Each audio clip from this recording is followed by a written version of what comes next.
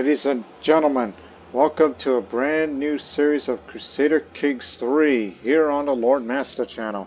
I am Lord Master and this is the Manichean series. So this series will be mainly about the Manichean faith itself. Not necessarily tied to country or culture, much like with many of my previous video series. Most notably Sicily, since that one was more, regional intensive rather than, continent-wide concern. But this one is actually more religious focused, but along with some flavor added for the culture that I'll be playing as. So, before we hit continue, as I will be playing as Idiqut Bokut, the man in the center here, and this is his brother and heir. And this is his wife, who is of Tibetan origin. But let me show you first through the new game here.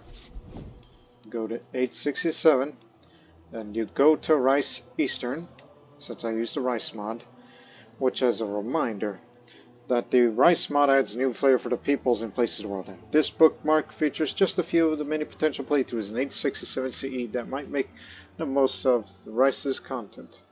Rice, as a reminder for you people, that stands for the Regional Immersion and Cultural Enrichment. As I'll be playing as Bokut, who is the king of Jagaria, also known as Qocho, in which here's a bit of a little description of this. Bokut starts at age 27. The fall of the Uyghur Khaganate was a dark day for the Uyghurs and the Manichean church they supported. A new Uyghur kingdom has risen in a diverse milieu of Qocho thanks to energetic leaders like Bokut, but they face challenges, from foes like the Chinese-dominated Gui circuit to rumors of corruption among the Manichean clergy.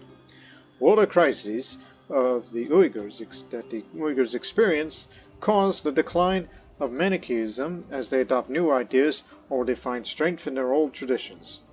As the Rice Flavor Pack focus includes the new Manichean Flavor Pack, as well as the Taberna Basin due to being adjacent to the region there. So as we'll hit back, and also this series will be notable that this features the then new Cons of the Steppe DLC. Rule or be ruled, migrate or perish. In Cons of the Steppe, only the strongest will survive the harsh realities of life on the steppe. Will you rise to greatness, carving a legacy of conquest, or will your people vanish into the annals of history? The choice is yours. And there'll be a few new mods that's being used for this series, which a list of mods can be seen down on the description of this video, and for every other video of this series. And most notably of which includes Schemes Expanded. Let me see what else is on. Using the other computer monitor next to me.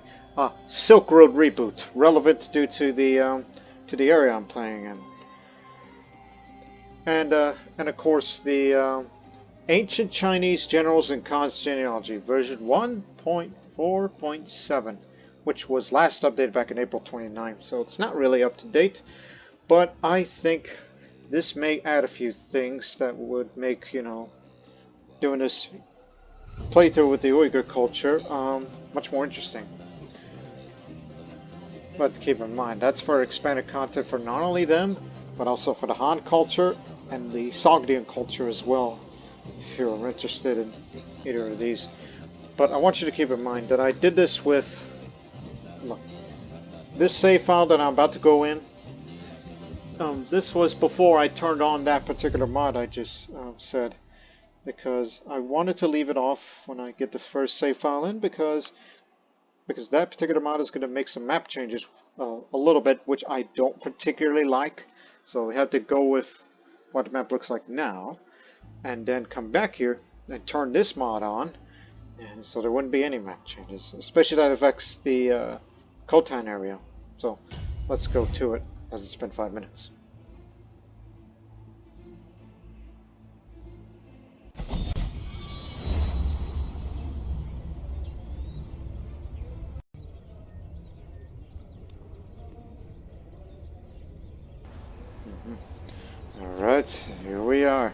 And this is the latest rice version, Buddha of Light. This is its 39th flavor pack, Manicheanism, the Religion of Light. This flavor pack focuses on adding new flavor for the Manichean faith, especially among the Uyghur and the Hanin, which is also known as Han Chinese. Sounds good. And here's the quote. Please recite purity, light, power, wisdom, the supreme perfect truth, Mani, the Buddha of Light. Inscription dated to 1445 CE at the Sawan Temple in China, one of the few intact Manichean temples, and it's still there today. It's in the Fujian province, I believe that's where it's in Sawan. And here's more of the background for the reason for this particular part of the series that we're doing. The king of a rump state. The Uyghur Khaganate once stood alongside mighty empires of China, Tibet, and the Arabs as one of the great powers of the world, and a defender of the Manichean Church. Our ancestors would weep if they could see our current state. After the empire collapsed, we scattered in all directions. A branch of the Uyghur fled to the area around Qocho to establish a rump state of the Khaganate, which I rule. Here, we Uyghur have struggled to consolidate. We are divided. We face many enemies, especially Guazhou. And even the Manichean Church that we supported for so long is beset by accusations of corruption and spiritual ineffectiveness. Yet, this is the time of great opportunities, for it is not only us Uyghur who suffer our share of hardships, our rivals have their troubles too, but even a spiritual crisis could be an impetus towards important religious changes. Whatever happens, I'll do my best to lead my people forward. So, this is the historical context of what they're talking about. Following the defeat of the Uyghur Khaganate by the ascendant Kyrgyz around the year 840 CE, the remnants of the Uyghurs dispersed across the region. The most powerful of the Uyghur rump states was the Kingdom of Qocho, centered around the Egalitarian Basin and the Northern Taberna Basin.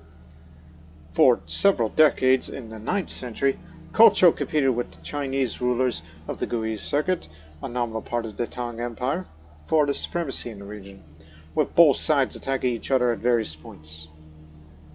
So this is the Aspiration for playing as Idiqut Bokut. Let me take a drink.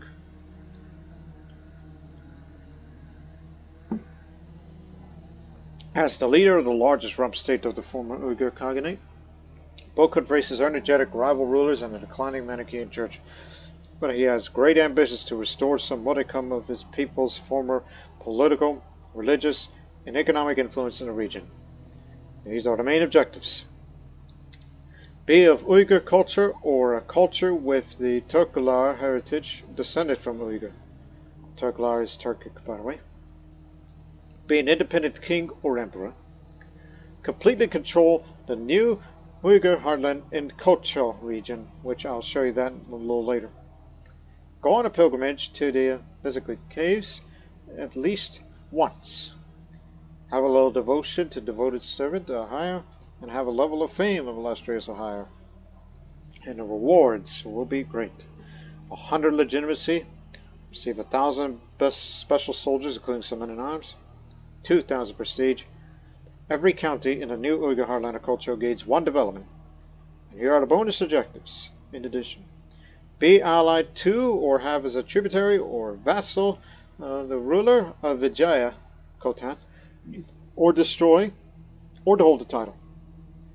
In reward, receive 1,000 Arya and Turkar special soldiers, including some men-at-arms. Arya is Iranian, by the way.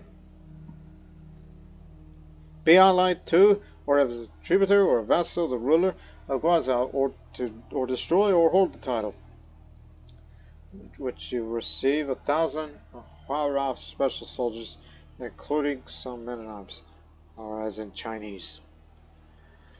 Take the decision to influence the future of Uyghur Manichaeism, which the reward will be 2,000 renown.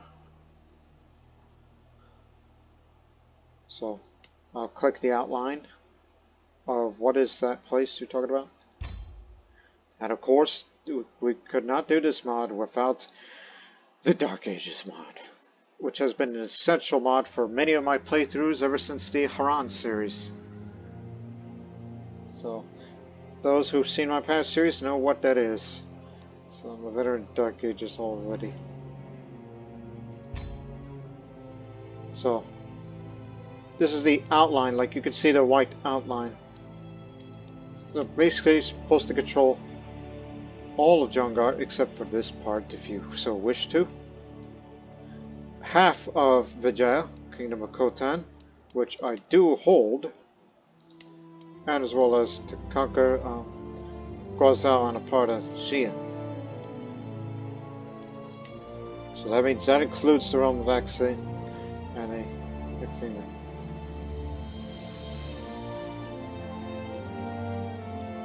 So this will not be easy, despite the fact that the difficulty says is easy, but but still, it's going to be quite a video series to do. The steppe season is called Zod, which, by the way, is part of the steppe season situation, which holds no relevance to the feudal playthrough because we're not nomadic. And something you already noticed regard to different UI is trade. Part of the Silk Road reboot mod. Let me show you the trade routes. Red is Silk Road, yellow is trading posts. This does include the Trans-Saharan trade. And what do you call this European trade over there? European tradeways.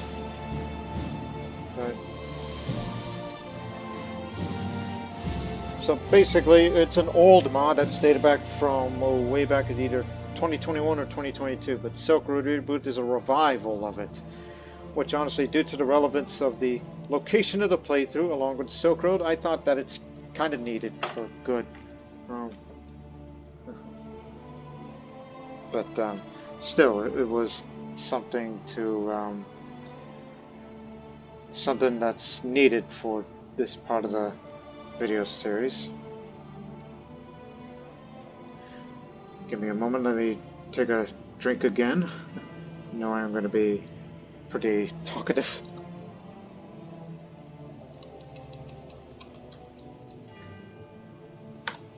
Okay, now here in Jongar, which is what the Uyghurs call their name, but I think that's the Jagarian culture that calls that land that. Where we live is Qocho, and the country is called Kingdom of Qocho officially.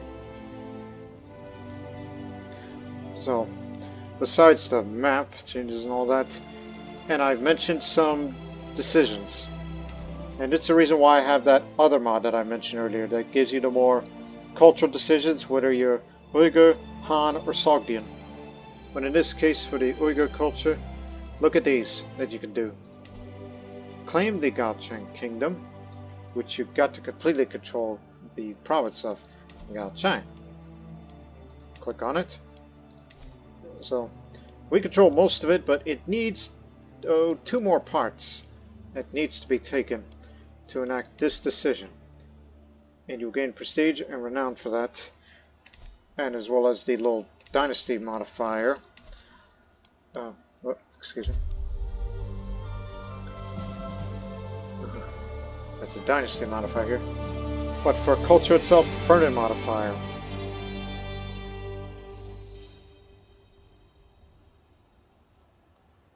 And also, if you so wish to, rebuild the Uyghur Khaganate. Just an optional thing for me. Which all you need to do is, well, 1, I do completely control a kingdom title, Qocho. But you need to completely control this, and Vijaya, and possibly it as well.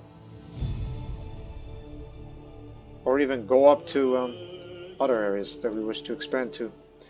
And you have to be at least a Buddhist, Manichean, or Tengri. And is in the steppe region. Rebuilding Overhaul, which is in Kabalagasan, that's in Kabaras, which is over there deep in Mongolia, if you so wish to expand there.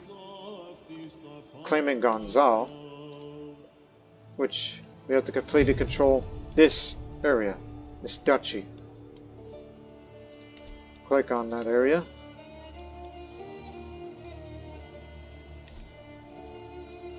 So yeah, they mean this. And you get a press claim on all these provinces down there. And gain a trade of Raider. Interesting. And there's also rebuilding Tokhari Yabgu, which is down in Kabulistan. Kabulistan and Zabulistan. But the difference between that is you've got to be either a Buddhist or a Tengrist or a descendant of a Shina. And also you have Manichean followers. Which once you get it up to that level of fame and virtue high, then the dynasty will have a firm offer. Convert to Manichaeism for additional learning and piety and such. And there's also searching for new faith for the Uyghurs, which is just optional. But that was put there by the mod, despite the fact that there is also a little decision that can pop up if you choose to influence the future and abandon the religion of light, which gives you that second decision anyhow. But this is just up to the AI. But I will not convert to any other faith, because that would defeat the purpose of this series, the Manichean series. It's not about the dynasty, it's not about the country, it's about the religion itself. But now let's talk about what is or was Manichaeism. So Manichaeism is found there, and a tiny bit of over there as well. And you know how in many of my past playthroughs I often play as, entities that has minority cultures or minority faiths? Well, the Uyghur culture, as you see there, that's no minority faith. Culture. And this is not a minority faith either. It may look like a minority now, but it was once more widespread centuries earlier prior to this start date. So, I'll tell you what is Manichaeism.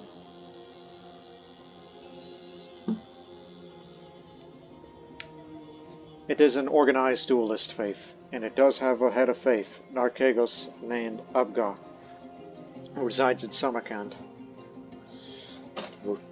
Now, Manichaeism. The revelations granted to Buddha, Zoroaster, and Jesus were incomplete reflections of the real world.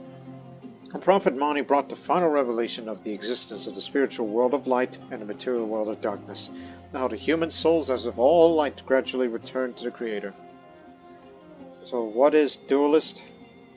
It's part of the Abrahamic family. It shares with Christianity, Judaism, and Islam. Dualism is most commonly the belief that there are two fundamental forces which exist in direct opposition to each other. A benevolent spiritual force that gave birth to the human soul, and a malevolent material force that created the human body. Here are its tenets. Mendicant preachers. Our missionaries travel far and wide with nothing but the clothes they wear on their back. They live off the generosity of those they visit, and share the knowledge of true faith in return. So, counting conversion speeds plus 33. Carriers of this faith gain additional bonus upon the successful completion of a pilgrimage. Allows to become an adventurer. Makes temperate a virtue and gluttonous a sin. Monasticism. The pleasures of fine food and drink only serve to distract us from the service to the divine. Isolating ourselves in a remote monastery is the best way to avoid these temptations. Courtiers can take the vows to become a monk. Makes temperate a virtue and gluttonous a sin again. Now here's adaptive. Dogmatic adherence to old restrictions only harms the faithful. As long as we stay true to the core beliefs of our faith, we may adapt our laws to the world around us. Counting conversion resistance, plus 30%. Infidel vassals are less likely to join independents and populist factions. For all of us Manicheans, opinion of different faith liege is plus 15. Different faith liege opinion plus 15, and popular opinion minus 25%. So, yes. Now, the sins. Lustful, gluttonous, impatient, arrogant, and deceitful. Those are the sins of Manichaeism. Now, for the virtues, these are chaste, temperate, patient, humble, and honest. And for the doctrines, obviously it's male-dominated, like most religions of this world. But different compared to some of my past playthroughs, this is a pluralist one. It is utter folly to say that there is only one right interpretation of divine will, and that all other views are wrong. Each of us has our own ways of worshipping the Father of Greatness. That's the name of the High God in Manichaeism, if you will. So, adherents of other faiths will have opinion penalties of 50%. County conversion speed is minus 20%, a little slower in conversion to offset Manichean preachers a bit. Counties of other faiths are less likely to join factions, reduced to danger from heresies when at low fervor. Winning a holy war will vassalize infidel rulers in the target area instead of seizing their land. It's theocratic. Pilgrimages are encouraged. One true faith. And here's unique to all dualist faiths when you have the rice mod on. The liberation of light as purification. Our souls came from the world of light and have been trapped by matter, which came from the world of darkness. By following the teachings of the prophet Mani, we can free light from matter and reunify it with the world of light. This unlocks the Bema Festival activity, and you can take the decisions to commission a manuscript, and as well as to perform the weekly confession of sins. Makes chaste a virtue and lustful a sin. Marriage doctrines. It is monogamous, one spouse only.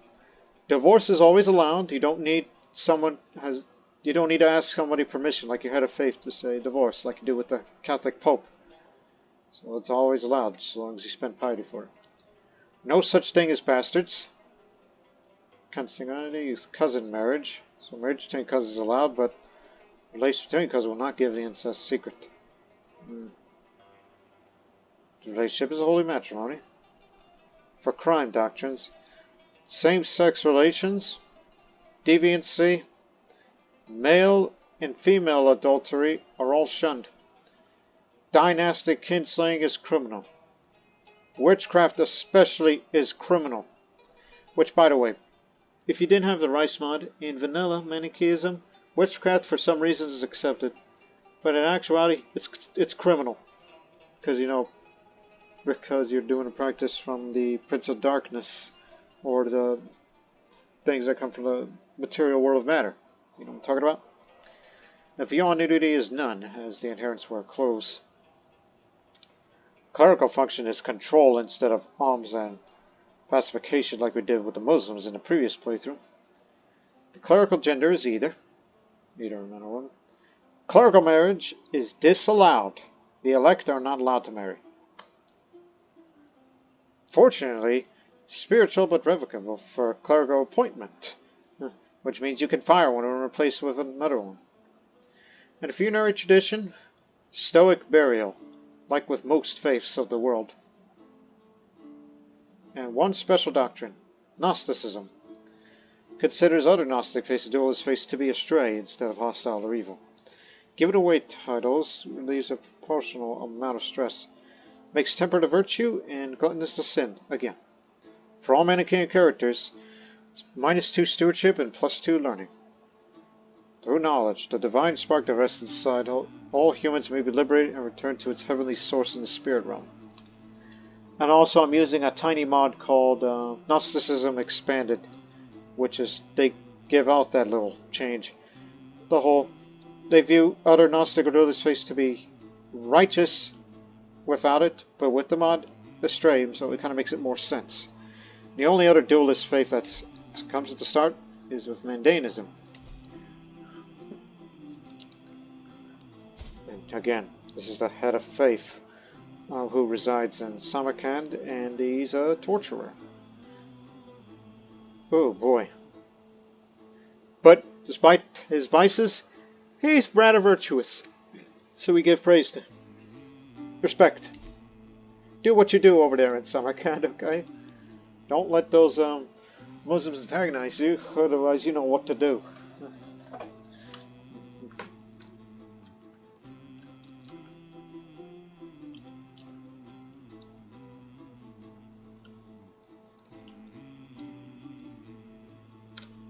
Okay. Now, oh yes, the Uyghur culture. I was wondering, what have I not talked about yet as I was going through my notes before we get this playthrough officially started. Now, us, our culture. The ethos for the Uyghur culture is spiritual. Consult the sky's decision has additional effects, and character's culture has increased stargazer aptitude. That's relevant if you're doing a nomadic playthrough, and we're not nomads here. All Uyghur characters have a monthly piety of plus 10%, herd capacity plus 5, again, relevant if you're nomad. Control growth plus 15%, faith and creation reformation costs minus 20% cheaper. Minority vassal opinion plus 10. While some cultures turn to war and others to worldly knowledge, this culture places its trust in the only constant throughout its history, the divine. Spirituality is the only way forward in this harsh and uncaring world. We're obviously of Turkic culture. Marshal is men only. Speaks the Shah's Turkic language. I don't know if that's correct. Aesthetics, obviously. And here are the 4 traditions. 2 of which are from vanilla and 2 of which comes from the rice mod. First off, religious patronage. For the salvation of the soul, one must commit to the works of religious significance. You cannot purchase redemption, but having a temple of priests sing your praises helps. Piety from constructed temple holdings, 1500 plus. Gain renown when constructing temple and upgrading temple holdings. Gain access to the consolidate decision for empires if we ever have an empire again. For all the characters, monthly piety from buildings, though there is a lack of temple holdings because you live in a very poor region. Well, depends on who you ask. Depends on the Silk Road trade and all that. Speaking of Silk Road, well, actually, just a moment. Xenophilic. This culture embraces everyone and is genuinely fascinated by all cultures. Culture acceptance gain is 25% for all of us characters. Different culture opinion plus 10, and no negative opinion of other cultures. Now, people of the Silk Road. The Silk Road is not one large continuous trade route, but a series of interconnected commercial, social, and political networks. The people of this culture have embedded themselves well into such networks, earning for themselves much fame and profit across Eurasia. And so, city holdings give more taxes, development, and levies. The Silk Road track of dynasty legacies can be unlocked no matter your geographical location.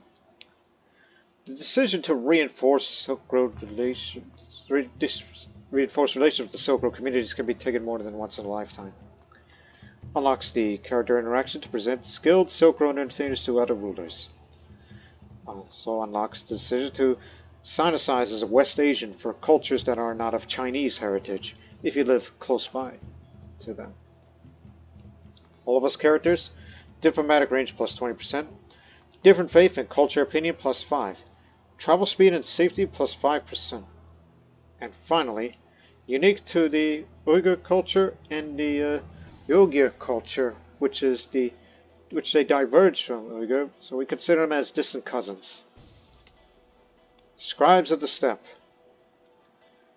Though these peoples were originally steppe nomads, their ancestors learned and mastered the art of writing after coming into contact with the civilizations of the Silk Road. They are renowned for their knowledge and literacy. The memorialization activity option for local pilgrimages provides double prestige. All the characters, plus 10 different faith and culture opinion. Legitimacy gains plus 10%. Monthly diplomacy and learning lifestyle experience plus 10%. So there you have it. We are the people of the Silk Road with religious patronage, fascinated by other cultures, and we are quite literate ourselves. Unlike all the other steppe cultures of the world, it's the Uyghurs who learned it from those that gave us writing and literature, particularly the Sogdians. They're the ones that were responsible. They're the ones that brought Manicheanism to the Uyghur culture over a century ago. For those who know Uyghur Khaganate history. But now, here's Idiqut Bokut, 27 years old. He's in good health. He is gregarious, temperate, but greedy. asexual. I kind of noticed that because that means experience has little to no attraction to other characters regardless of gender. Because I don't remember playing as an asexual character off the start or ever. I know I've played all the others, but I don't think I ever started with that as one. Especially when you come to a married person like that. So.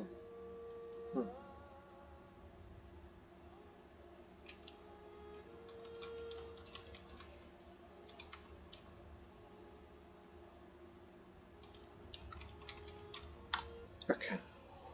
So anyways, he's got double-digit skills on all. That's good. And he has a level 4 diplomacy education. As familiar with the nuances of diplomacy as the back of his hand, Bokut is the master of the art. So he's a man of diplomacy. And this is my brother and heir, Butch. Fortunately, he's a military man. Stubborn, brave, but humble. Brilliant strategist and a defender. He's about as good as a fighter as he is a commander. He's excellent, matter of fact. And there's my sister, Princess Yun. Which she's more virtuous. Okay, she's more of a religious person herself. And not a fighter by any stretch of imagination. And 0 diplomacy. Okay. Oh, and my wife, Idiqut Bokut, who's Tibetan Buddhist. She has a military education, but she's trusting, gluttonous, but zealous to her faith, which, yeah, we may or may not get along between each other. It depends on what it'll turn out for better or for worse. Now the council. We have 2 good ones, but some of them need some switching around. Powerful vassal, my eye. You're only 1 county. Can we get a suitable replacement? Well, there's you. But you're paranoid, so I don't know. Actually, you might be a good chancellor.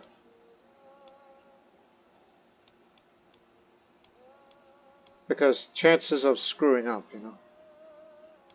And plus, he's very angry, so it would be wise to give him the chancellor position while... I mean, you're not good at anything else. You're an excellent steward. Actually, you make for a much better spy master. Switch around. Swap it. Okay.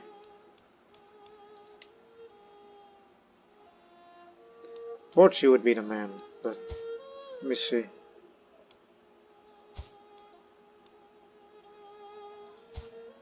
Damn, we don't have good military men?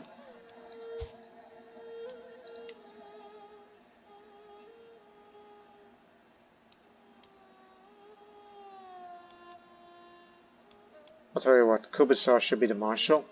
Bort should be the renowned knight and all that.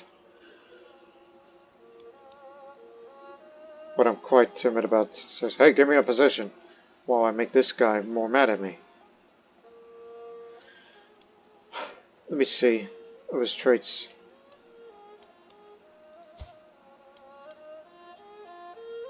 Calm, compassionate, passionate, vengeful. Very vengeful, very compassionate. It's a contradictory figure.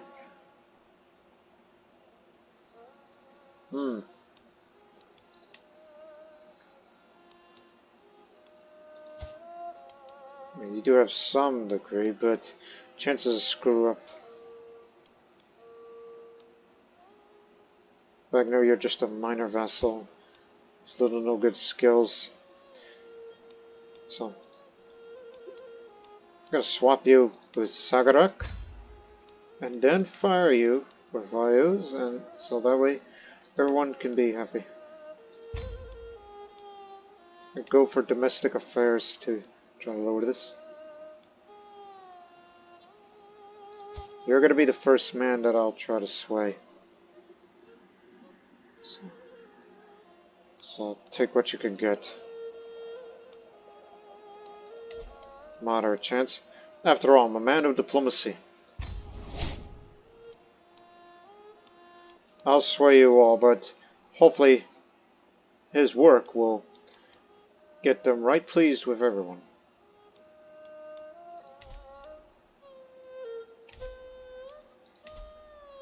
And already you might have noticed only 3 Bakatula? Yeah, only 3.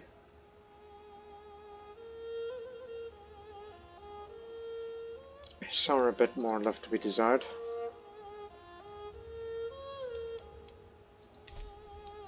We'll figure that out later. Seems I've gone to the path of August. I would prefer the diplomat route because of these. Especially flexible truces. Shorter truces and no prestige penalty for breaking them.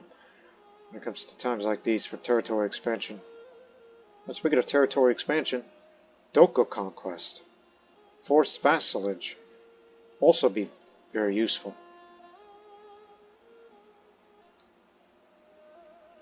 But I think you should do it when the time is right or something like that.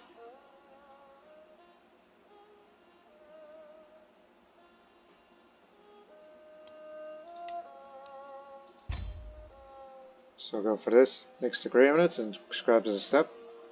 Things will go up.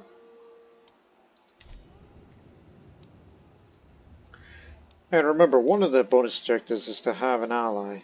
So if I was to choose one ally, it would be you down there. And I do have a daughter, which I'm sure you'll accept it. No, because low legitimacy, that's one thing. Opinion between us. Okay, you'll be manageable. Although the easiest way to please him is to send him these. It'll cost you 50 though, but money's about to be spent elsewhere. So let me try to sway you first. I'll get Sagarak later. If Sagarak starts being, you know, uppity. I do have a claim to his land, so watch your tongue, friend. So the first thing I'm going to spend, since we do have a weak military, is reinforce relations to Silk Road communities.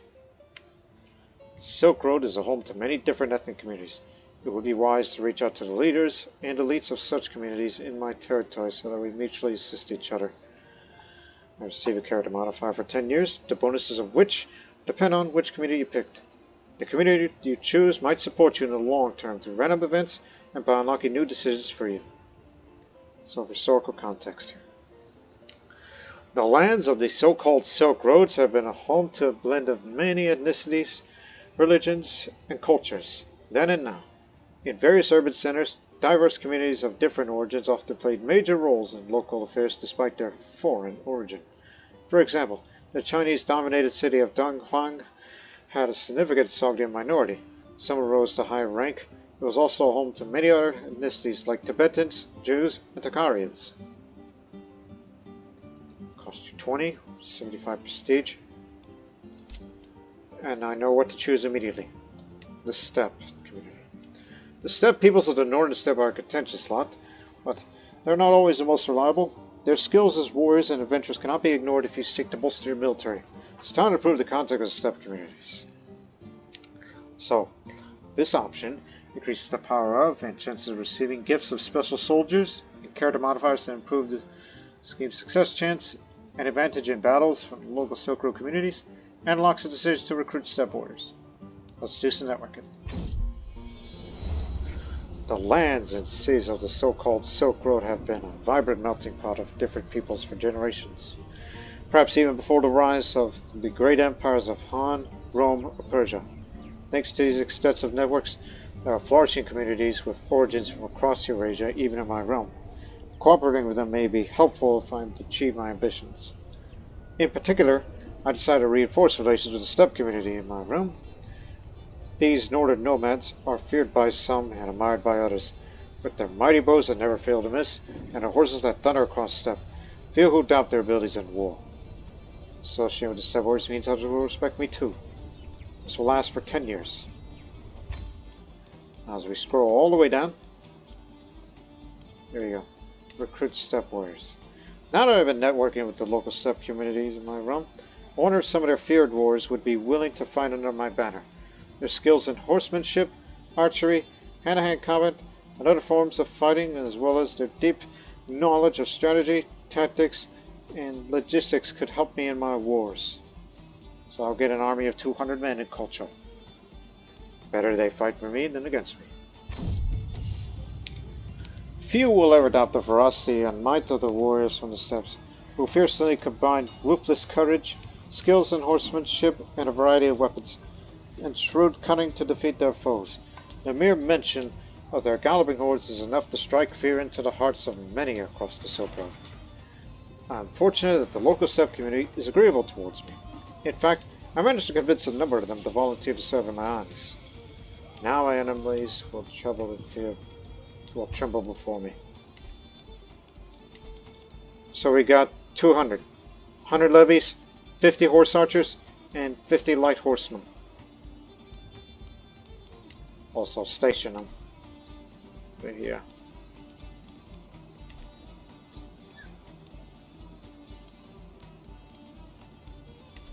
Oh yeah. I remember another thing I want to start off with. Well, two things. Determine Bhakti. I know the word Bhakti, that's a Hindu thing. But due to one of the mods I'm using, it's not related to rice. It's the other thing I mentioned. The one with the Uyghur cultural decisions, which does affect Manichean as well. So, we'll gain a modifier if you choose to select the Bhakti, or in this case, patron thing. So, swearing to practice the righteous faith and exterminate all demons. So either Nirjana, plus 2 pros, martial for level devotion plus 1. Domain tax goes down a bit. Zarathustra, Zoroaster. Diplomacy per level devotion.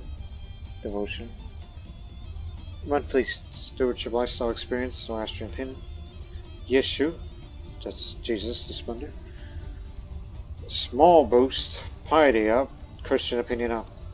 Shakya Muni, that's learning per level devotion, monthly learning lifestyle experience. Or Mani, fertility up, stress reduction gain. Stress gains reduced, I should say. Same fifth opinion for all others.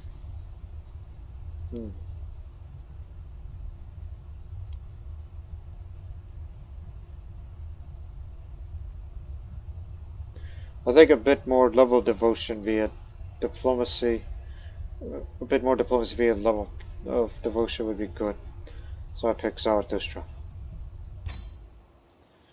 It was 5.8, but now it's 5.6, so that took it down a little bit.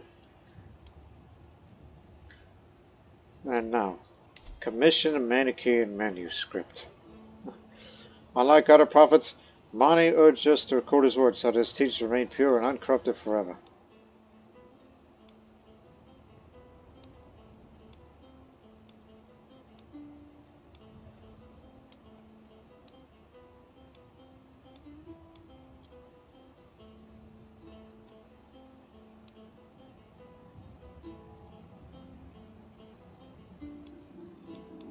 Let's go for the Shaburakan.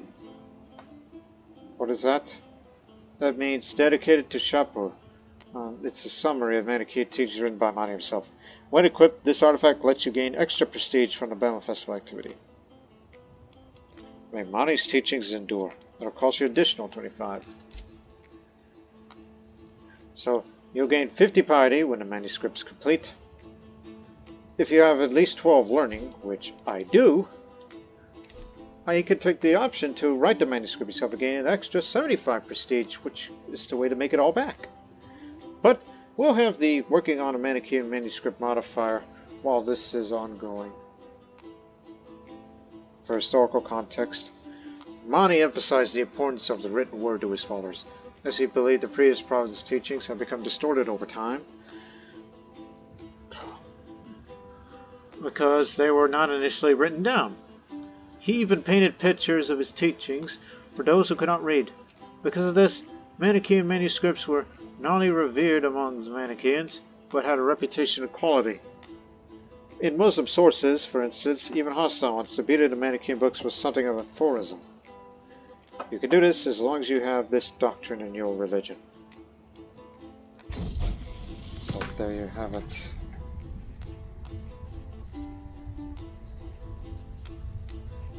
As the Prophet Mani taught us, books are crucial to the preservation of true religion. Other prophets' doctrines were written down and distorted after their lifetimes, but Mani was wise and urged us to record his words, and all words consistent with his teachings as much as we could to preserve his teachings. I wish to commission a book of Uyghur parables and tales. These popular stories are a powerful way to instruct the faithful on the teachings of Manichaeism.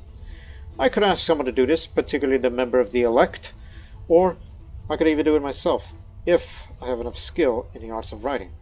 After all, books are sacred, and to write the holy text expounding the profound lessons of Mani is an act of worship in and of itself. Since I have the learning skill, I can make this manuscript myself. This will take up a year to complete, though possibly sooner.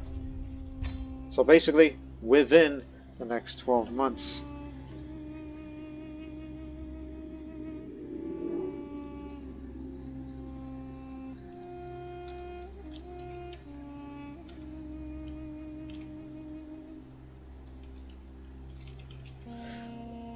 I was just thinking, what's next before we could finally get this time moving.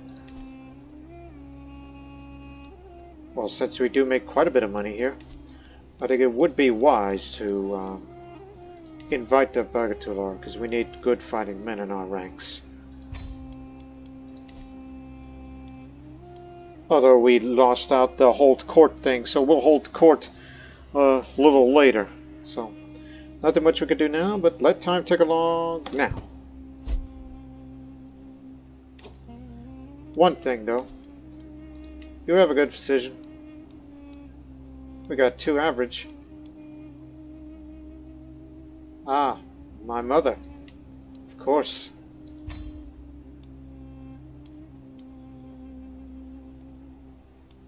And also Master of the Horse, which is actually, that's the one that makes you increase the number of knights that you have since you're Kingdom tier. We do have an excellent one. Well, a few excellent candidates, okay?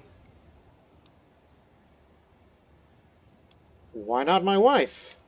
She's the youngest out of all of us. One who's going to be around for a while. She's the master of the horse. Or is it mistress of the horse? What could be proper? Who knows? Oh. I want you to do advanced research. It helps me to give a bit more monthly lifestyle experience.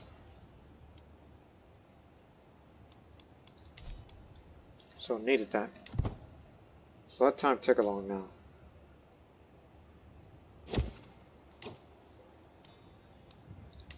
Oh yeah, we do have one taxpayer. Him. He's clan government. You're going to be wearing multiple hats, Butch. You're not only a Bagator, but you also be the tax collector. It does make us a bit more money and gives us a bit more levies, so that helps.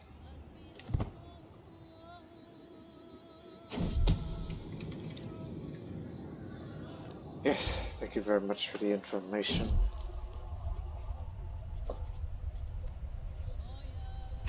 And I'm well aware to save your money.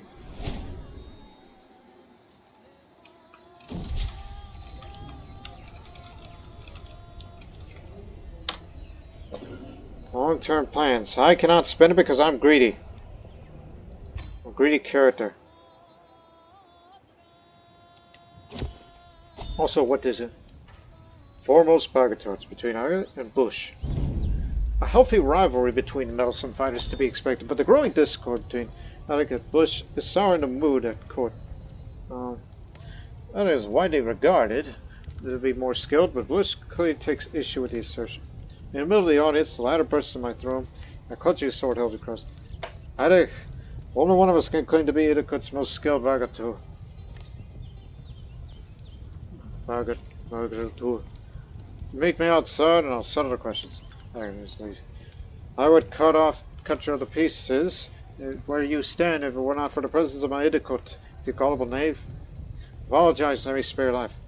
I better act quickly if this escalations be halted.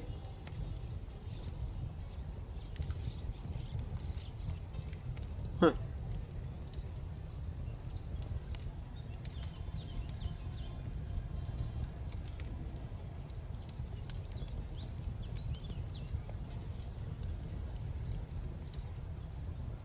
Take their swords, give them training blades. Increases the gold grandeur. He wins the duel. Money's not going to go that way.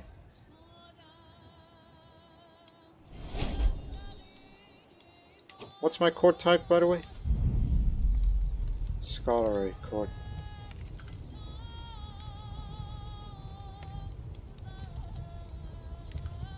Switch that. Because I'm not increasing the spending of the court amenities until a much later time when we get much better income. Particularly during realm expansion. Want to have slightly cheaper guest recruitment cost. So, switcheroo.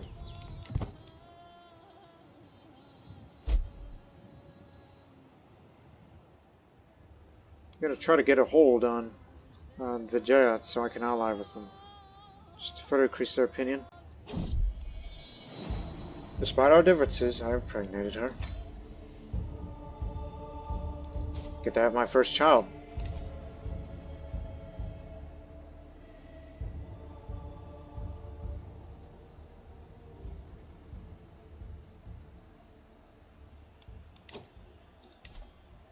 Now, listen. You already got 2 wives, so we're running out of space here, so... Since we make very good income these days, allow me to present you with skilled Qocho entertainers. I have this because I'm the overlord of Qocho music over there. Qocho is renowned as a city of endless delights. Men from afar dream of visiting its many pleasure houses filled with talented musicians, dancers, and courtesans. As such, Qocho music has become widely popular across the world, as far away as the Middle Kingdom. For as long as this county modifier is active, rulers of this county of Qocho will have access to a special character interaction to present skilled Qocho entertainers, which is a more powerful version of the skilled Silk Road entertainers and is also available at any time, which the local holding tax is 3. Now, what is Silk Road entertainers? Across the Silk Road, presenting people of various talents in entertainment to someone is a common way to conduct diplomacy and showcase one's status, power, and wealth. This may include musicians, acrobats, dancers, courtesans, beautiful slaves, and more. So, that's what it is. Interaction is distinct from mere gift. It not only costs more gold, but also can be given to other rulers. It gives both of you some prestige, renown, and grandeur if you're a king or emperor. So I thought I might please him, despite my, well, my legitimacy was low, but now it's gone up, thanks to holding court. So will you respect this marriage now? Still no, but we might turn it around, because I got a special offer for you. It'll cost me 50 gold while I gain 200 prestige, which I'll use that to hold court right now. I don't know where I got my legitimacy, because I said I'll hold court, but no, that was a little court event you had with the duel. Sorry, I jumped ahead of myself. So, I gained 200 prestige. He gets exotic Qocho entertainers for 10 years. Which means another ruler, me, recently presented a group of skilled entertainers to the famed pleasure city of Qocho to this character, including musicians, acrobats, dancers, courtesans, beautiful slaves, and more. These new members of this character corps will do much to enhance their new master or mistress status, especially given Qocho's reputation for its excellent music and entertainers. So he gets +2 diplomacy and prestige, personal scheme, success, chance, and monthly court grandeur change. And he'll look at me highly. 30 opinion towards me for giving him these. And his court grandeur goes up too. And I gain 25 renown. Give it to him.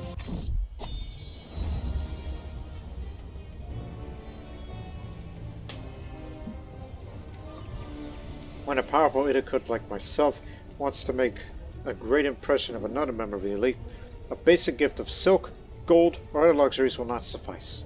After all, I rule over Kushan, a famed city of pleasure and leisure. There is even a greater gift I could give. Across the prosperous lands of Eurasia and the so-called Silk Road, it is common for the elites to give entertainers like musicians, dancers, acrobats, and even beautiful slaves and courtesans to give vertivisual and even pleasurable twists to entertainment. Kushan, in particular, is famed for such entertainment throughout the Silk Road. I've decided to present Revikama, a troupe of skilled entertainers and slaves in Kushan. They will become part of his court and serve him well for years to come. It's a gesture of diplomatic goodwill to Vikama. So let's just hope he looks at me highly now. Will you accept? He says yes. We have an alliance between us. That's what we call Silk Road diplomacy. Why do you say the chance of children is none? What do you mean? Ah, because of her being chased. Well, not to worry. She may be zealous, but this is just to maintain an alliance between us. Okay? Treat her well, as you treat this alliance well, too.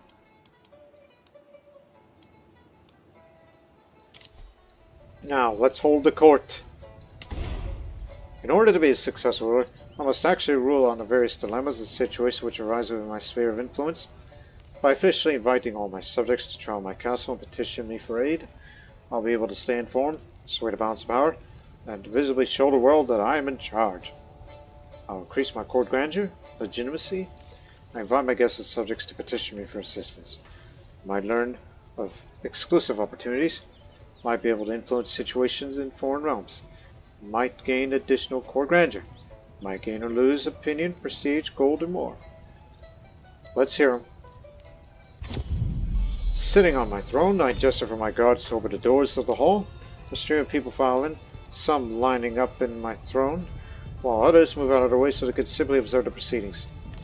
After several moments, all movement in the chamber has ceased, all faces towards mine expectantly. In front of me, I count 3 petitioners lined up in an orderly row, waiting for me to call them. Gesture for the first line approach. Listen to the first petitioner. A frightful peasant strolls all too close before a guard steps between us. Oh, he backs off like lavender scanty. Your lordness, I come here from Jemza with a matter of great import. His eyebrows seem. You see, Idiqut, the all started last harvest.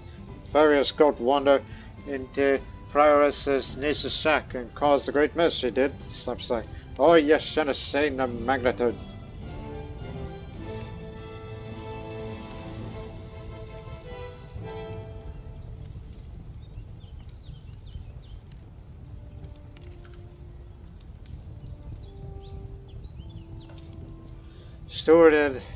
Steward, Elder Chilk, go, fix it, please. We'll sell that to speak down. Hexwana Shagarak, my vassal, strides forward, clearly eager to hear my response to the petition. My liege, you'll never need to question the loyalty of House Agni, but our relationship would be stronger without the threat of persecution for our beliefs. Siddhartha will protect me and mine, and may yet watch over you too.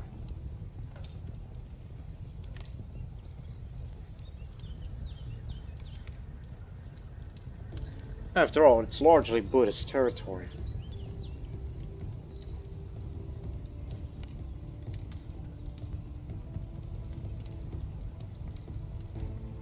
I'll say in exchange for greater commitments, of course.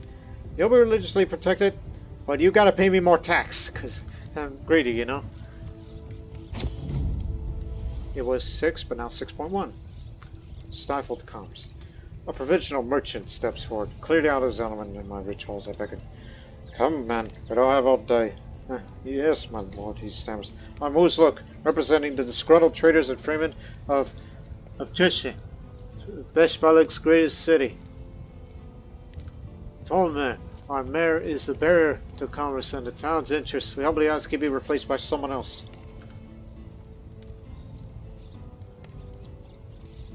Yeah. What about him?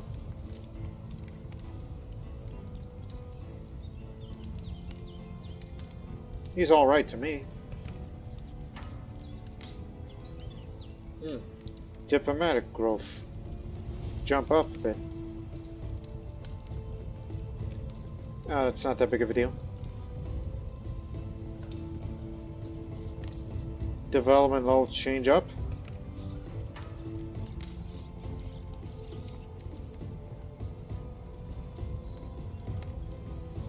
Pay me gold.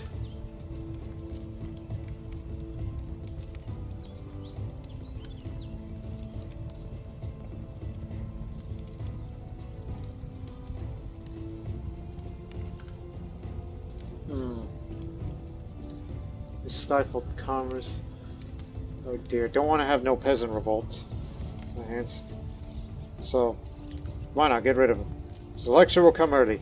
You'll be deposed, develops grudge against me, gain civic meddling for 10 years, which I don't have that many mayors to begin with.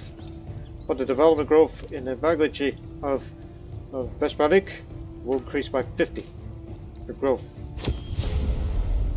He's out of here.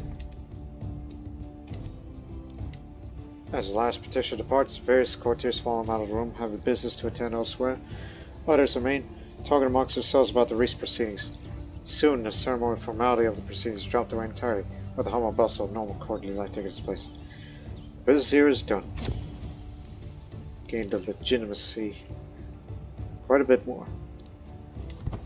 For now, let's save some money to try to get some guests in.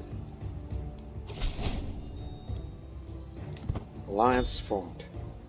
So we need not to worry.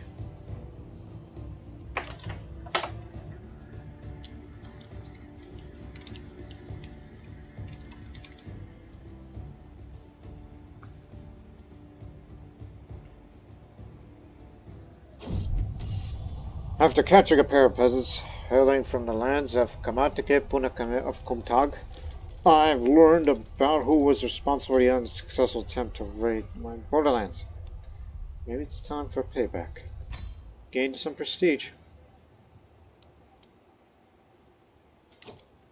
Speaking of which, we should use that prestige to get me. You watch. Let me see what it does for liege modifiers. What it does for me, rather for you.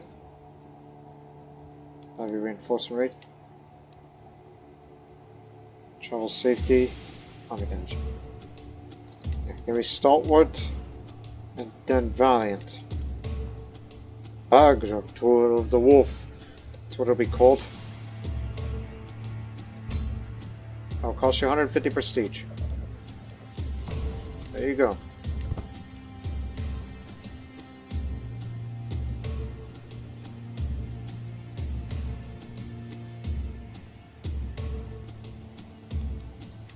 I don't think it matters if we could sway him further, but let's just finish sway, then I'll sway Sagarak again.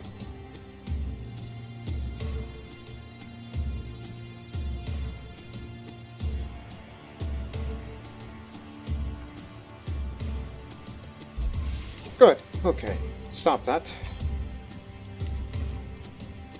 Gotta start pleasing you. Knowing what you might be like. Ah, yes. After many days and weeks of the seemingly endless toil, I finished my work on the Manichean manuscript, a blend of Uyghur artistic styles in the service of the profound teachings of Mani, prophet of light. Even if the resulting manuscript is not the most beautiful out there, as Mani instructed us, disseminating his peerless teachings to the people of the world, to any way possible, is a virtuous act in and of itself. This manuscript in particular is the Shabodaka, a summary of Mani's teachings that he provided to the Sassanid Shansha Shapudafest. It's an excellent text for introducing or reminding one of the important precepts of our faith.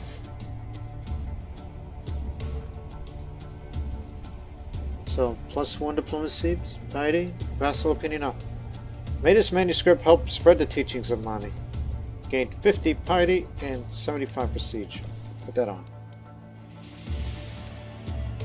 Good.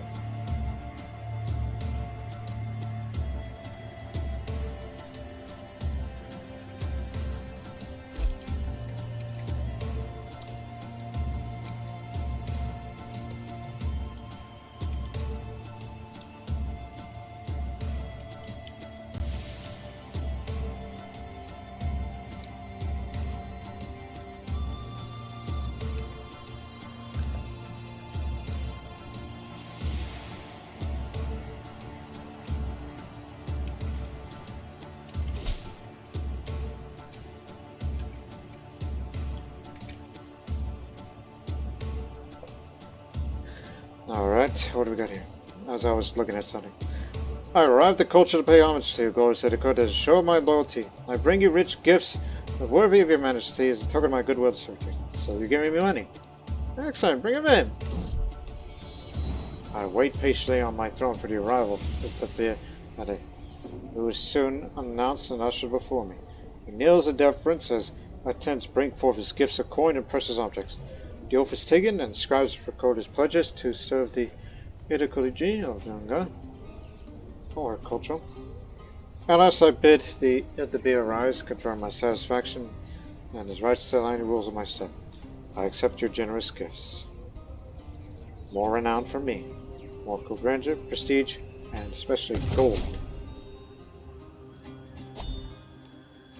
Our first dynasty legacy. Because of the geographical location of where we are, I'm going to go for Silk Road all the way, starting with the transmission of faiths. Clergy opinion +5, different opinion, popular opinion -10%, faith conversion cost 10% cheaper, and increased chances of getting a deal event that does gold when using the Silk Road Merchant's travel option.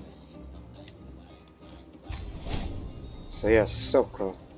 Connecting diverse peoples and cultures across Eurasia through trade, religion, art, and prestige.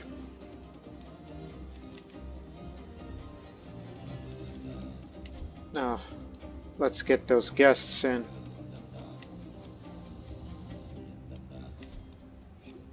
You, get in here. Outstanding.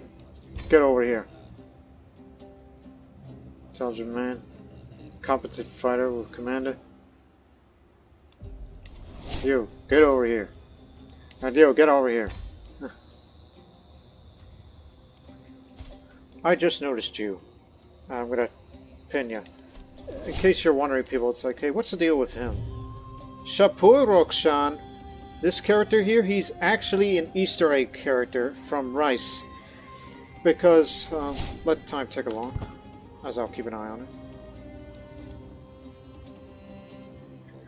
Shapur Rokshan is an Easter egg character that was added by Rice because at the Discord server of CyberXCon's mods, praise the Mother of Life. Choying has given birth to a perfect little son.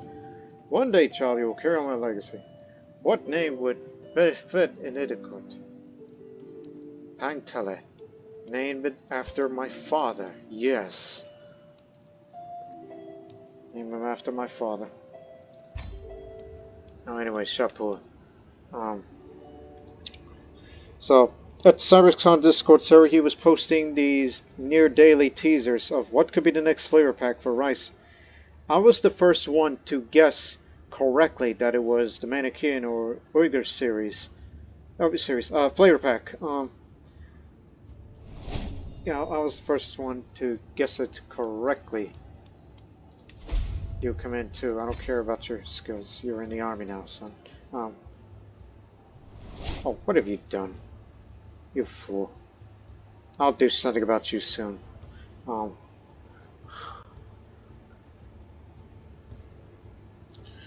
And one of the rewards for those who guess which the next flavor pack is correctly gets the reward of an Easter egg character, non-playable character, and is placed anywhere on the map as long as it's relevant to the subject matter. In this case, the Manichean flavor pack, which I told him via DM on Discord to say, hey, this Easter egg character of mine, he should be a Manichean, Sogdian, has these traits that was chosen by me, and have a learning education. That's what I also told him. And his name will be Shapur, named after that man I mentioned earlier, that Sassanid monarch. And Rokshan, however, that was CyberXCon's choice. Decided to give him that name, which means bright. That's a name meaning of what Rokshan means. So he's a courtier here. Most of all the skills wise, those numbers are all randomized, though. Oh, and one additional thing. Give him the knowledge of Saz Turkic language in addition to his native East Iranian language. Which I should learn that. Sooner rather than later. As long as he sticks around. Which he will be. Keep an eye on that man. I might employ him soon.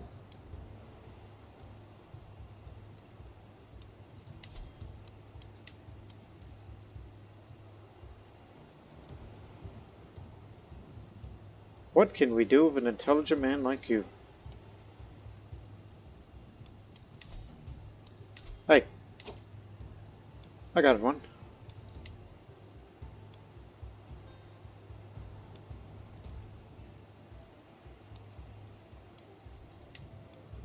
He can be a tutor. Since I do have a son now. Yeah, let him be the tutor. He could stick around. And since he's here, want him to teach the court, which liege's heir, or other court position holders of the court may gain traits or skills every month. The children of the court have a chance to have one of their children increase their skills. Skills or traits, or just skills they have a chance of. May gain. Both of them cost prestige.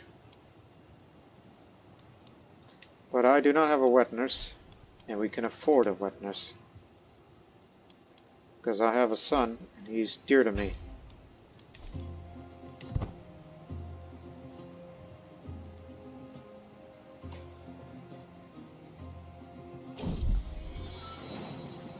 With a mind to provide the best care of our child, I've had my functionaries seek out able women for the role of wet nurse, and I represent a few locals for my judgment.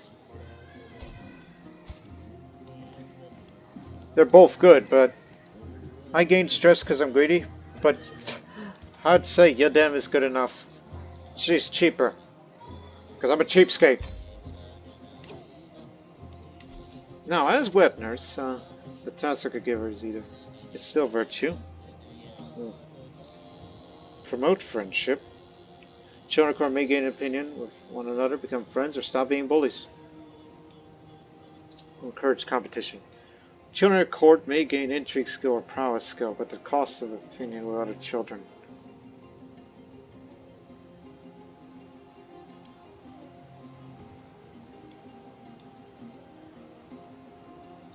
Just let this be for now, even though the prestige gain is going to be nice. But you know what, just leave it alone.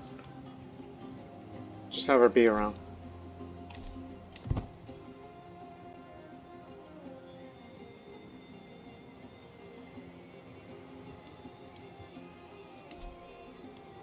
No buildings. We need to invest in hill farms. Somebody wants to antagonize my spouse. Part of the scheme's expanded mod. Because I forgot to show you that you can do all kinds of schemes besides the usual murder. You can antagonize the council, convert, intimidate, revolt, tarnish reputation, steal. Yeah, all that.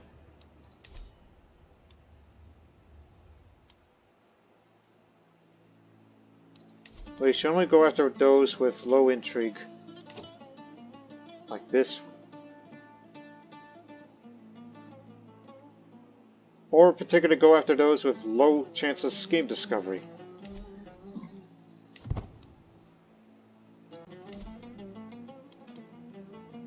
Like that man.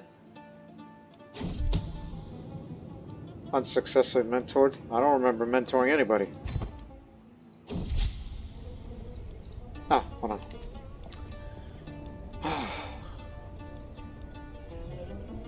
It's time for some education here. Soul service. Some traveling Manichean elect have stopped by my court for today on their journeys. Earlier in the day, they gave wise sermons on the teachings of Mani. Now that it is evening, they're preparing for their daily sacred meal.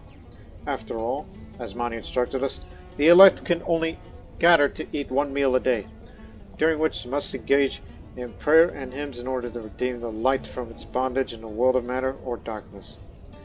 Typically, as a form of so-called soul service, curers such as myself should provide the elect with alms of vegetarian food, particularly cucumbers and melons, given that such food has the highest concentration of light that could be freed. I'll tell you what is the elect and hearers at the moment for those who are not familiar with Manichaeism that are watching this series right now, this particular episode.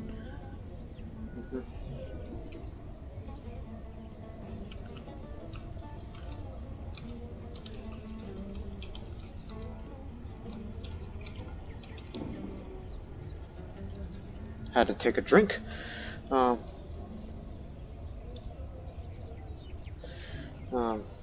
what is the elect? The elect were members of the Manichean Church who functioned as clergy, having taken strict vows to eschew sinful acts and to dedicate their lives to liberating the light through prayer, ritual, and other religious actions. They were not allowed to harvest or prepare their own food and could only eat one meal a day. This meal was an important ceremony where, through the act of consuming vegetarian meals, they could free the light from the dark world of matter, though Manichaeism probably did not have a monastic tradition initially.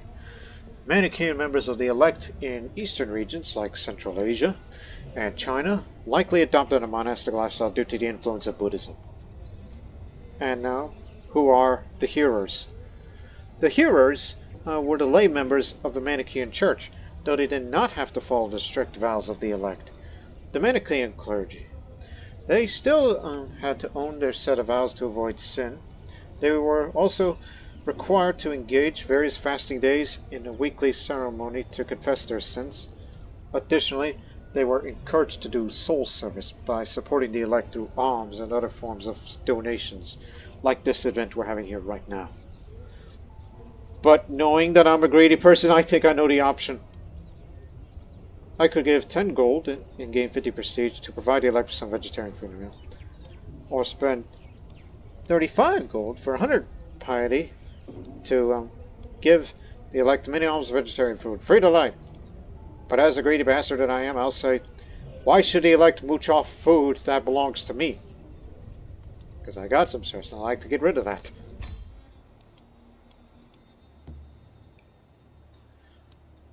Yeah, I just want to sway him more and more before I will get rid of him.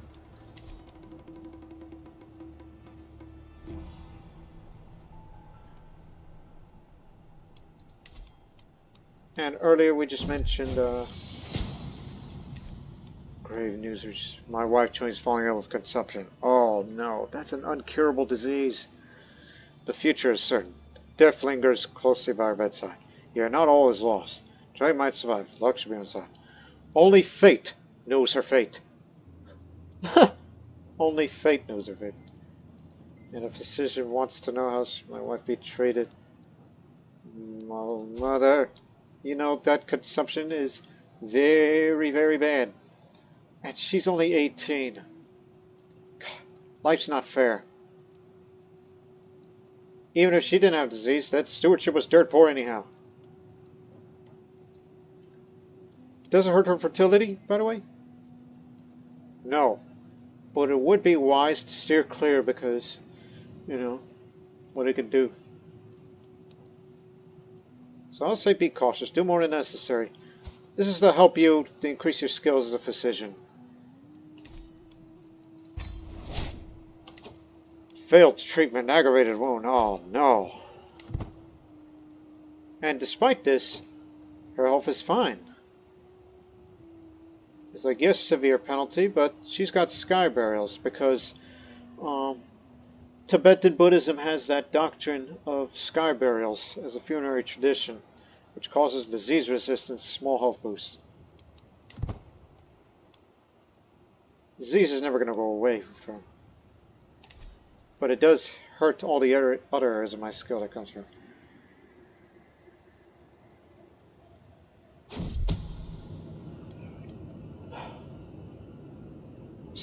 Costly estates in the realm.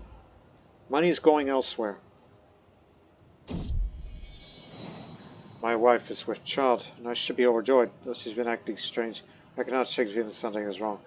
Am I really the father she claims? Has she betrayed our union? Oh, I don't know.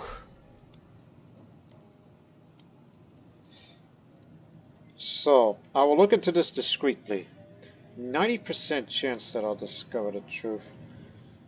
90% chance I can just discover it. Meanwhile, the more I study the noble art of statecraft, the more I realize how beneficial good relations with my neighbors are. I ought to have one visit my court so I can show them how good of a friend I could be. But who should I invite? Naturally, Rev Vikama of Vijaya. We know each other pretty well. So bring him in.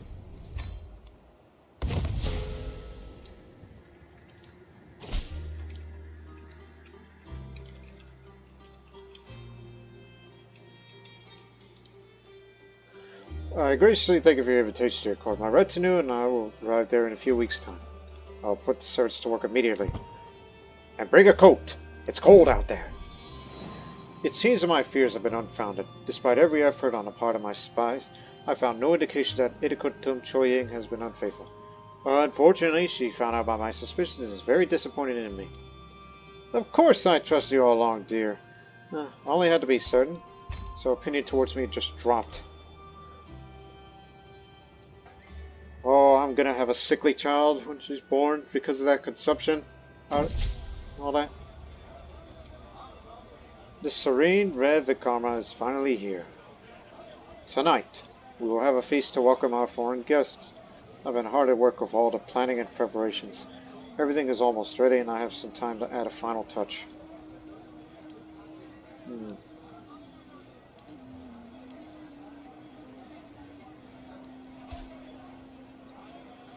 It's a learning challenge against him, but he knows better. Actually, you know what? It should be extravagant. More of everything. Because, look, he's a gluttonous man. So, I think it should be extravagant. More of everything. So he appreciates the gesture, like most people would. Court visit progresses well.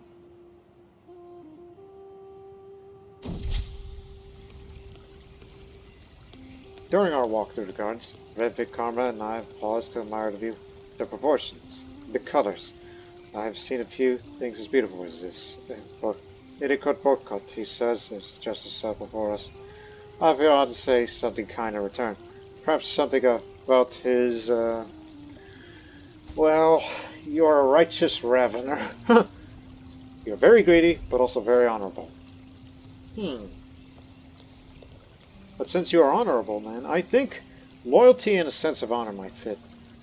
So it's based on his opinion of me and my diplomacy skills, so I hope he likes it. My compliments well received. Alright.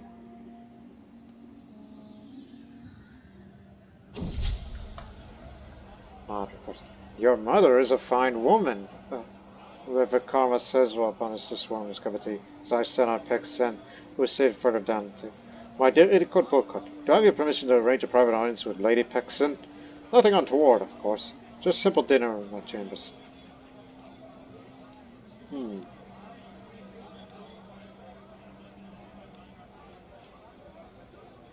Now listen, you have 4 wives.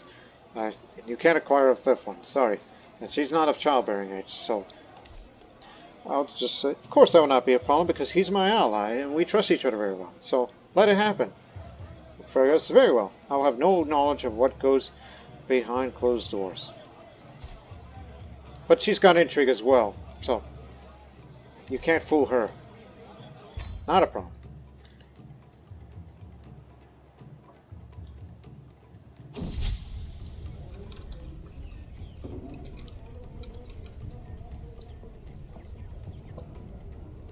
After what can only be described as a thoroughly pleasant visit, Revikar and his retinue is about to depart for Vijaya. Before the rest steps to his carriage, he bows deeply to you and expresses gratitude and shows that he is more than welcome to visit again. Pray that he visits again soon. Yes. Again, I would like to have this, but that's going to be later. Court granted was true. Commissioning an epic would sound good. You know what, why not? Wait until 4 years' time to get another perk. Grab that perk to commission an epic. Because, you know, we do make good money around here along the Silk Road. So it would make sense. I don't want to reset the perks yet, so I can get these. That would be far more useful. Especially when we go on territorial conquests. Because our military is not ready for that. That's going to be for another episode down the line before we start any wars.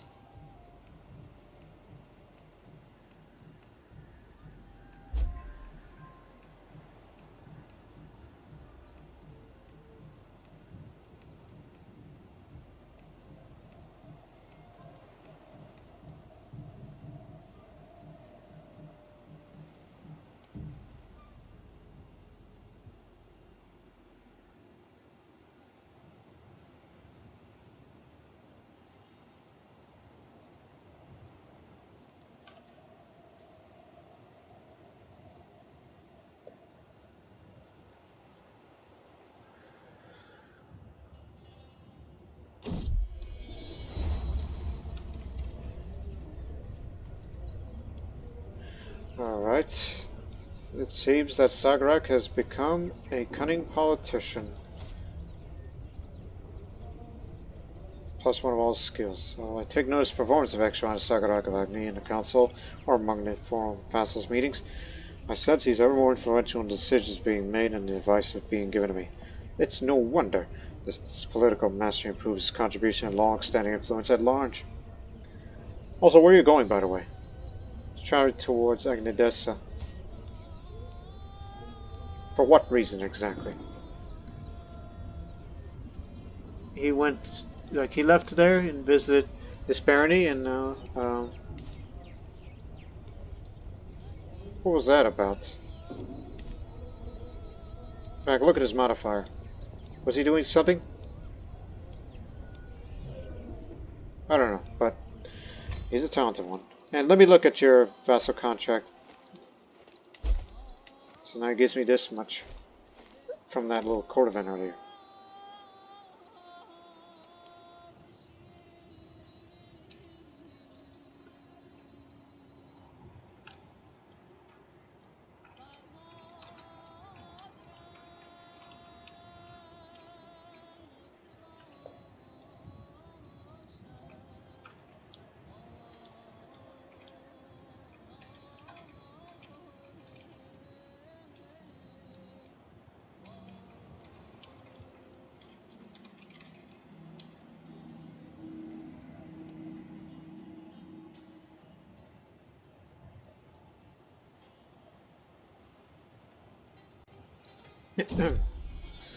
Praise the mother alive, give birth to a perfect little daughter.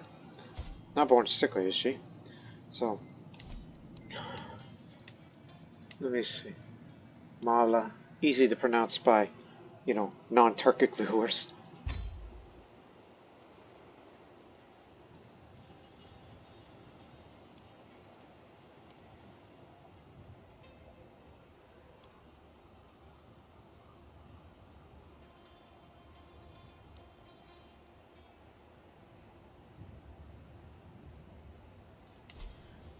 Need to save some money before we spent on the hill farms. And prior to building such hill farms, get an architect.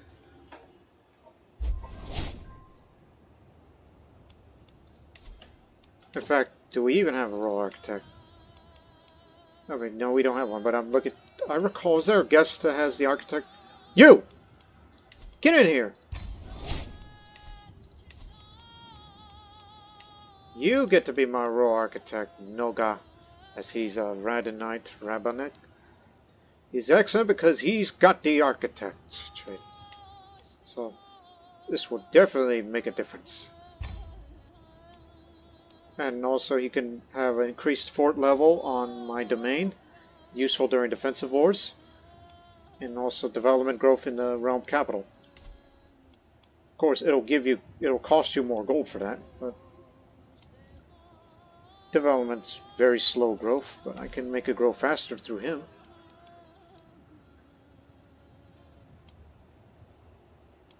So, yeah. And if you were to build a hill farm right now, it'll take you about 2 years instead of 3 years.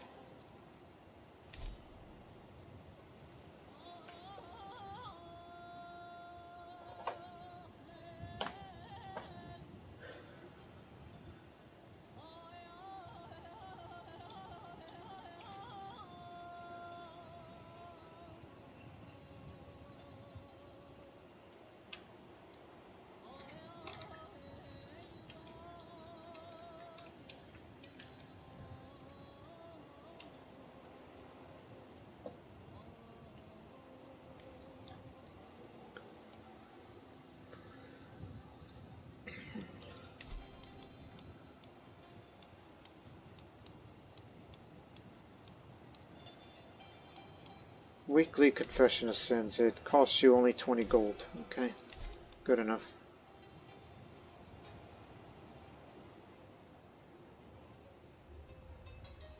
Need to sway somebody else. Does anybody else need to be swayed? Ah, Hyu, the Sogdian. Actually, wait, Shapur Rukshan, he's the one with a higher opinion. Now that you're here, I need to like to learn your language, because if you were to ask somebody who has a higher opinion of you, they're willing to say, hey, let me help you with learning language. Like to learn your language. It'll help me with some unruly vassals of Sogdian origin. Especially you, that I swayed you enough. In fact, now that I swayed you enough, I could get rid of you right now. And get rid of him. So, 20, 40 equals 9. He'll get over it with due time. And I swayed him enough. I did that just to screw him over. And train commanders. While you're at it. So we got good fighting men in our ranks.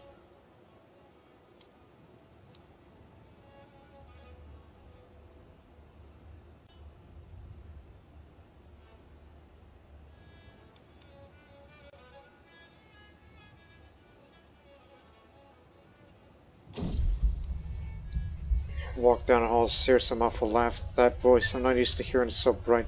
I push half open the door in front of me as my wife Joy seeming to recover from conception. What?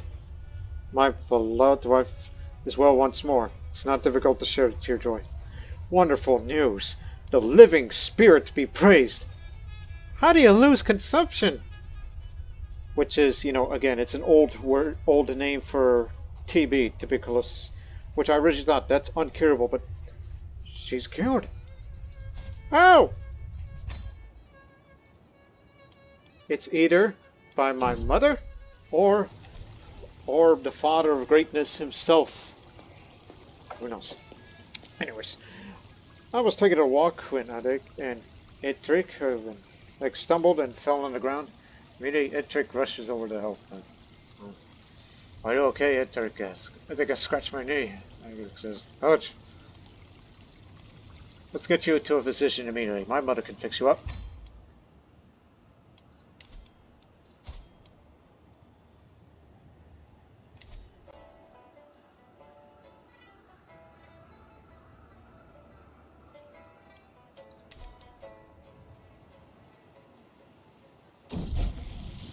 A good book on a wet day. Oh, it's snowing outside. The rain's been drying up against the window since dawn, turning the world outside to a blur of gray and green. Days like these are made for curling up with a good book and drowsily dreaming the day away with my head in a world of words and wonder. I'll walk over to my personal collection and decide which one to lose myself in.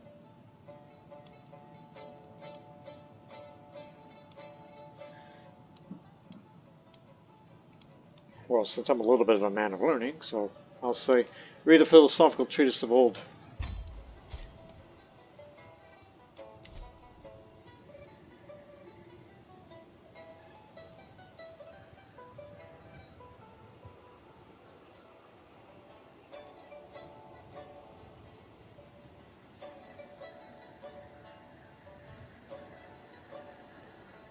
Just stalling for time, let money accumulate, and then I'll get ready to spend on hill farms. Or this. As of late, I'm worried about the finances of my realm. The council is finishing the details of the so-called solidary tax, charged on my vassals to cover all sorts of expenses I might incur. These are not welcome news to my vassals, and I know I am trespassing the social contract my rule is based upon, as I have no legitimacy to impose another tax now. Noting with amusement my vassals that are represented in the council presented a proposal that will make them evade this tax. I must deal with this matter. Tyranny, losing legitimacy. Veto the idea, but I get greedy for that. Or I can stage their worries, and I would take the prestige loss, or gain gold, but it'll be tyranny still.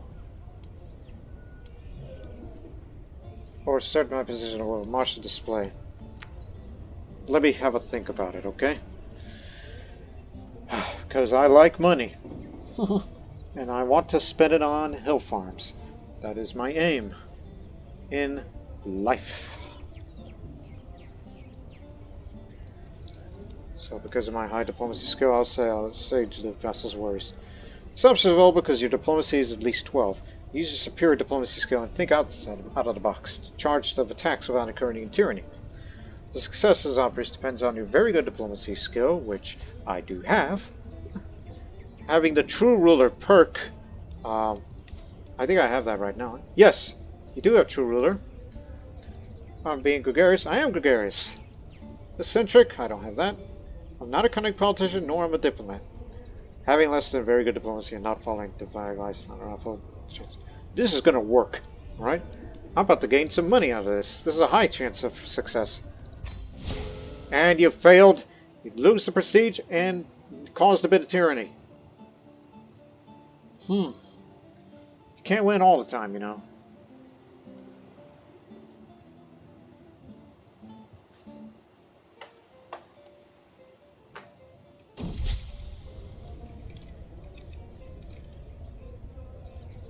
Major famine of Bagli Jimsa. During a meeting with my chancellor, he pointed out to me that the numbers of the harvest in the Bagli Jimsa are extremely poor, and the local populace is getting restless with the prospect of a major famine. Huvu Huayu of the young Jugalik proceeded to lay out a plan to send an affected county to soothe the mood there. It's plainly obvious there are risks associated with this voyage, but in the end, it must be done for the good of the realm. It's your diplomacy skill versus mine.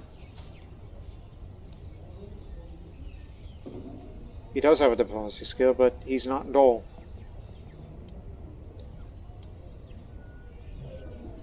Try it. Try to calm the populace. We'll hear it from them.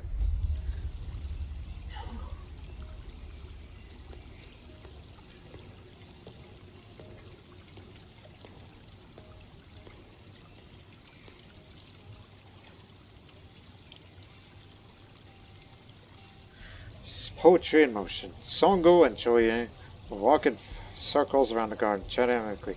They pass by the bench at which I am sitting, smile and bid me a good day. As they resume their walk, I see a small object falling on the ground, likely displaced when they bow to me. I'm about to call out when I realize it is a small, tightly bound scroll. My curiosity gets the better of me and I start reading. While the lark slumbers, every night I may, with Bokut I lay, beneath the covers till the gods say, beware the new day. A poem. A love poem about me? Now I don't know who this Songul is, but she is a scholar. And I know my wife very well, despite our differences. So I'll see if she's the author.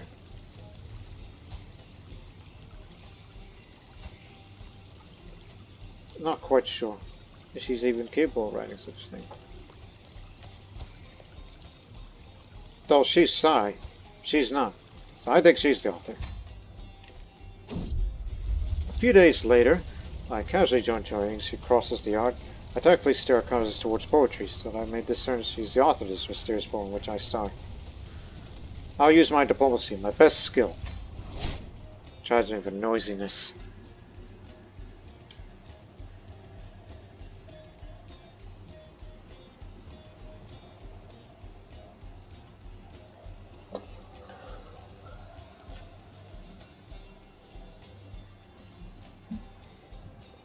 What's going on up there? The first time it happened, I barely even gave a moment's thought. But my vassal Bagnur has grown bolder. Hey, child, just no longer passed unnoticed among my vassals. He's testing my limits. The others sure to follow unless I give him a taste of his own medicine.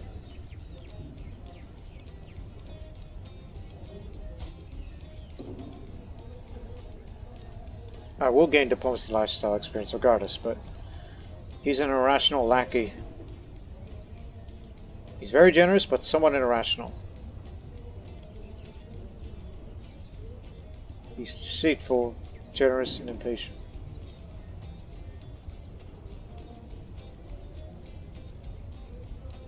I'll say mocking his unrestrained emotions will shut him up. I guess that he's self-conscious and cares about what others think. I think. After returning for the baggage Jamsa, my chancellor reported the major difficulties making himself heard among the rage consumes my county. Nevertheless, he was able to calm the populace a bit, as the conclusion of the voyage was not a total failure. So it's a bad harvest for only 2 years, but the control level decreased quite a bit. Damn. Okay, we need a seneschal. There are no good ones, so double your pay. It does give me legitimacy over time. Manage the domain. So you have to pay more money for this. And in addition, send a marshal over to get this back under control. Constant snide comments about Bagnur's sense of soul really seem to have gotten him. Since others began to follow my example, Bagnur, then more and more hesitant, now remains quiet, eyes cast low. Cruel, but perhaps it had to be done. Gotcha. Now I know you live in a not so good land there, but I want you to give me a tiny bit more tax. So I'm using that hook on. Give me a moment. Maybe, let me see.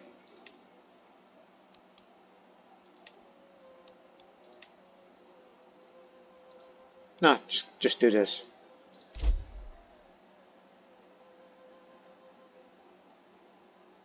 Act of tyranny. You don't like that. It is tyranny. Subjects lost 20 opinion. It's due to manipulation. Okay, I admit I did hack up the text quite a bit. But we'll calm you all down soon. With time. He'll handle it. And meanwhile, I'm in the middle of learning this Sogdian language, which hopefully I will learn the language of that to increase opinion from them a bit more. He changed his culture from Sogdic to Kushinya. Okay, that's better because we do have the same xenophilic tendencies, so no negative opinion of culture on me. So I might get along better with him again, with time.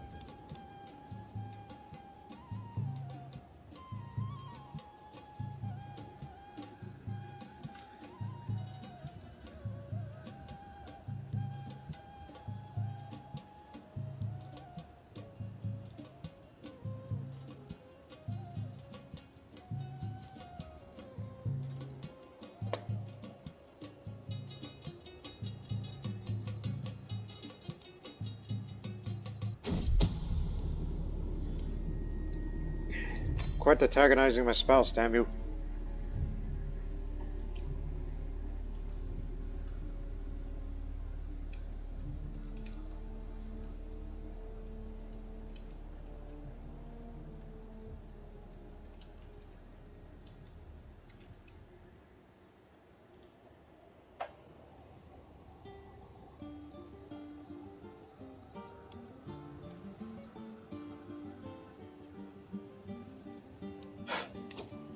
Okay, hold on.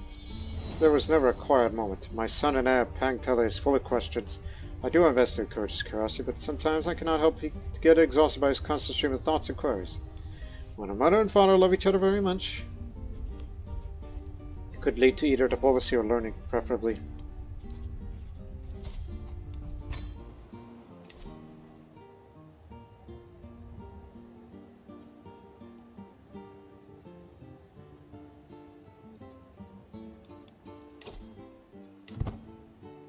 "17 more months until we get writing history, and I'll be willing to commission just one epic, and I'll reset the perks and then go for all these before we get started on territorial conquests and all that within the next episode or two. Because right now I'm more focused on, trying to get more income, especially when we build hill farms here and okay, no hill farm here. Okay, build one anyway. That's why I was saving my money on. Just build one anyway. And Jimsa, that's where we build cattle pastures for similar income.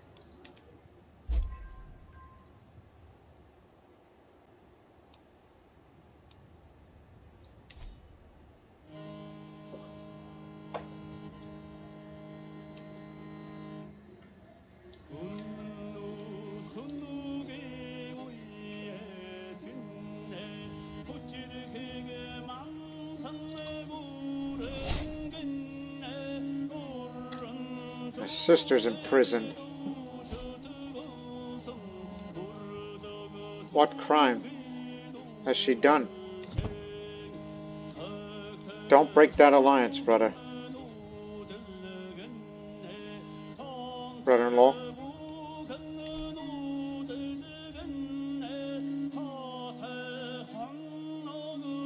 Kind of noticed these two up there.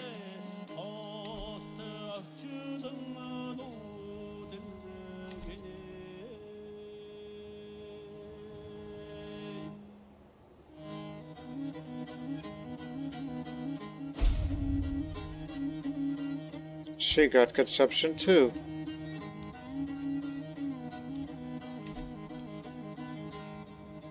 It's a bad luck for anyone to have conception.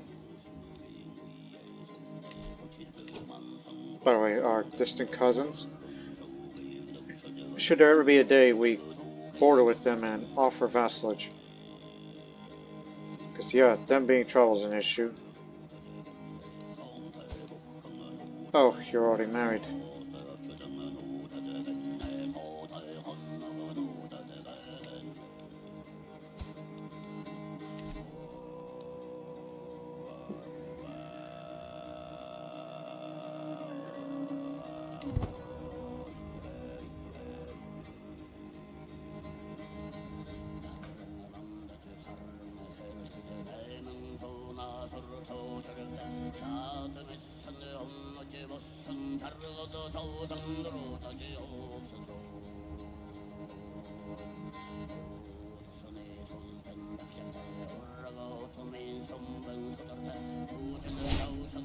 Okay, left the prison. No divorce. Good. The alchemists reach for the mostly attacked ostrich eggshells as Scalder locked in fear. Then, suddenly I'm interrupted by the fuming sound. Did you just call my beloved father a cur and a philanderer? He screams. I demand recompense of this grievous insult. Perhaps my Easter needs more practice.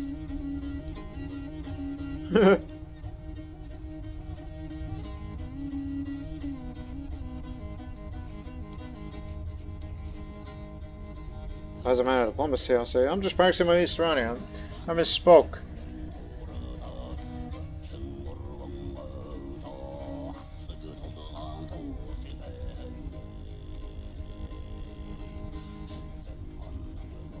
No. Just try this. Oh, you misheard. I called him a modest and a star. There you go. Well chosen words. Slight increased chance of success.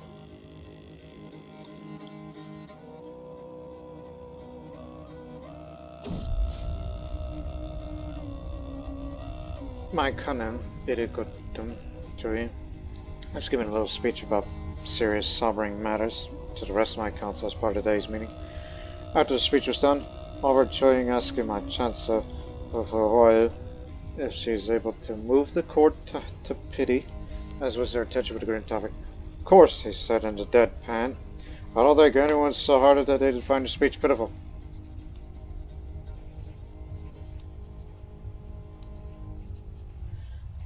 It would not be wise to antagonize your wife any further. And he and I have our differences. So I'll say, well, you shouldn't be so blunt. I'll chastise him while I support my wife here. For historical context, this exchange is based off an anecdote that the Roman statesman, lawyer, and writer Cicero mentioned in one of his works, De Oratore, on the Orator is what it's called. Supposedly, this was said by Cautilus, a Roman consul, to a terrible orator. So what happened to her is she makes boring speeches for the next 10 years. My wife, boring? But I still have to support her because she survived consumption. I kind of feel bad for her, alright?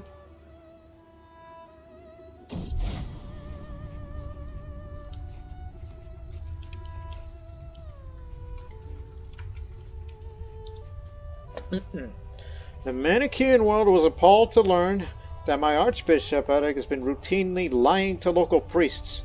What? He's been apparently tricking them into acting on false information in order to advance his furtive schemes.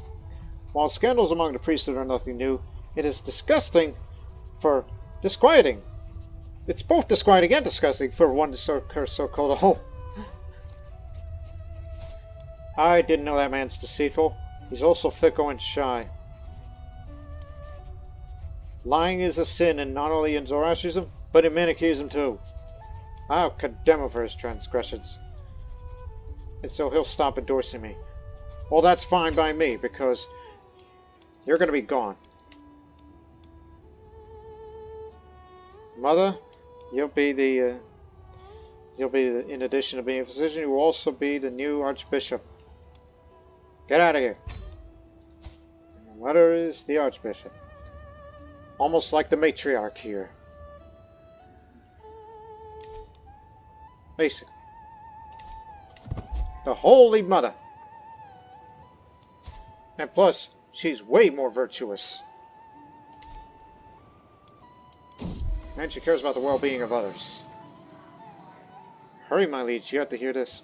The wet nurse yelled them, rushes me to my son and heir's chamber, and points at Peng telling Sabbath, so I lean toward him, listen.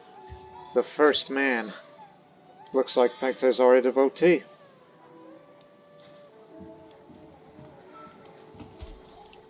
What else can he say? Give him more learning skills, so that way you'll have less stress gain over time.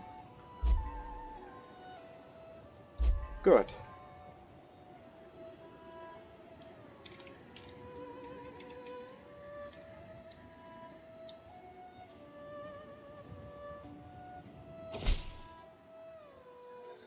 Rich gifts. Excellent timing, because we can now invest in the cattle pastures over there. So that way we invest so we can make more money over time. Now that I've spent it all.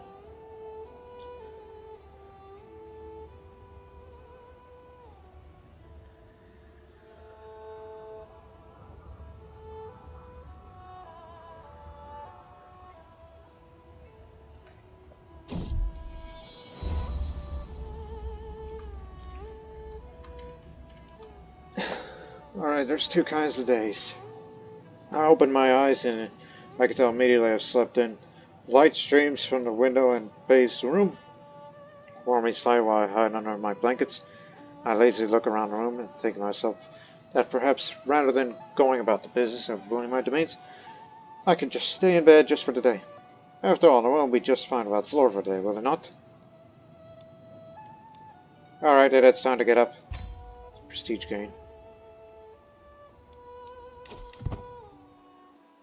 6 more months, and then I'll get to commission an epic. Which I think I should save my money on that.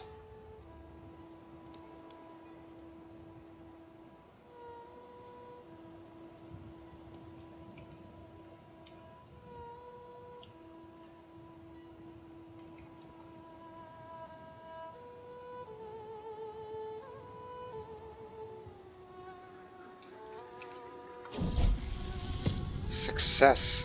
You've learned Easteronian language. Endless hours practicing excitation, sleepless nights mimicking inflection, countless lessons mastering intonation. It was all over the end. During my efforts, I looked to emulate Chapeau's accent. I was sure you would be impressed with my results. And of course, Sogdian peasants now respect you a great deal more. I should send a letter to Easteronian now. I impress him with knowledge. Now I'll begin swaying you. We're gonna get along again.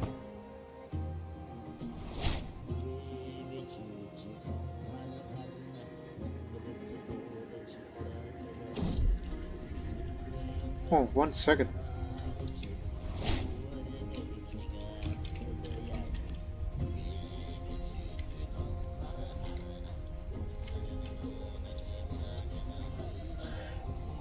Alright, the work I've done in building up relations with the local steppe community has paid off. They've recently agreed to partner with me in a number of advantageous business deals. Through their networks on the Silk Road, we surely together earn a great profit. The silk must flow. Its spices, its slaves too, horses, all trade goods really. Major Silk Road business deal. Scout has concluded a business deal with a local community of foreign origin along the Silk Road. 0.80 gold a month. Tax. Excellent.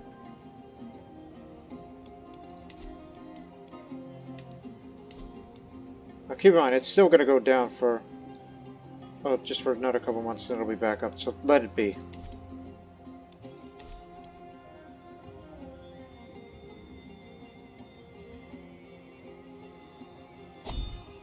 We'll end this episode soon.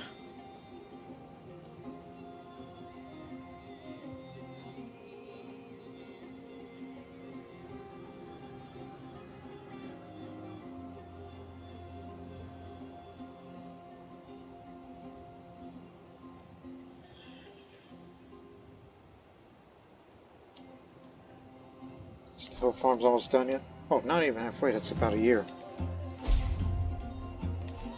Don't you dare.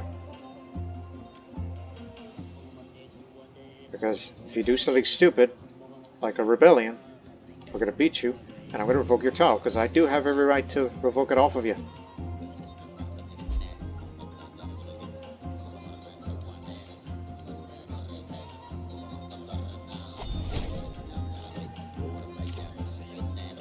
Alright, writing history. Stress loss per level fame, legend spread chance, legitimacy gain, and commission epic decision, especially as a reminder. How much does it cost to commission an epic for myself? 40 gold, okay. So just let time tick along a little bit more before we will end the first episode on this rather peaceful note. Because now I will, in the next episode, let time tick along. In the next episode, I will reset the perks once I commission my epic. After when that's finished, switch over to this to grab these perks. One, again, you have 6. So 1, 2, 3, 4, 5, 6.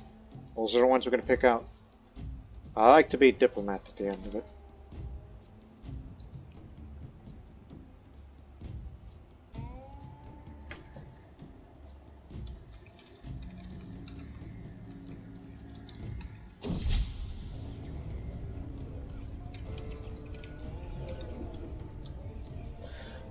My attempts to align with the warriors.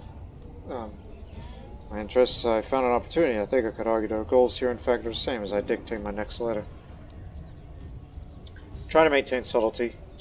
I just want an increased opinion from him. That's it. Nothing more. Because I want all the major vassals to get along again. Without it, the realm goes to heck. Or whatever's the equivalent of Manichean hell. And we'll hold court for the next episode. And we will end it very, very soon.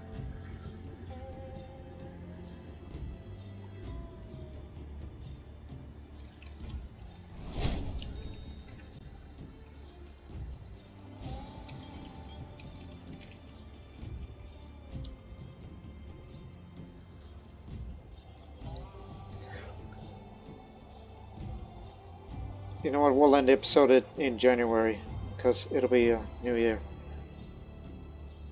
And perhaps with, you know, the amount of gold that you're gaining these days, once the construction is finished on both of these structures here, make quite a fortune. As the Idiqut, my vassal in their legion, my word is law, but how much obedience without devotion is worth? In times of crisis, a slow response or half-hearted could lead to disaster. Can I avoid such a risk?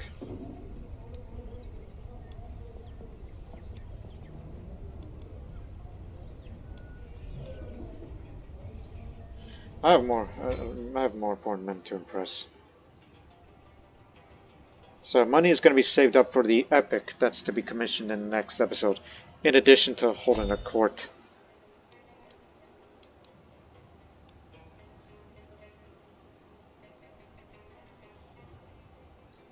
So, basically, ladies and gentlemen, we hope that you, in the Vamna Nagorno tributary war, I'll respectfully decline because I'm not going to get involved in something that's far away from here.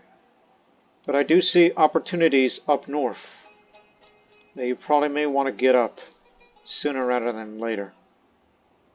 But that'll be for next episode again.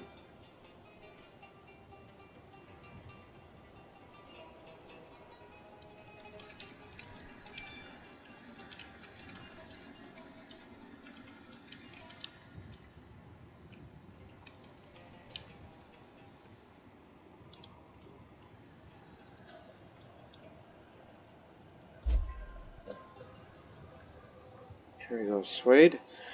And so we hope you people have enjoyed this episode, as we will end this episode on 1st of January. Now we know who's responsible.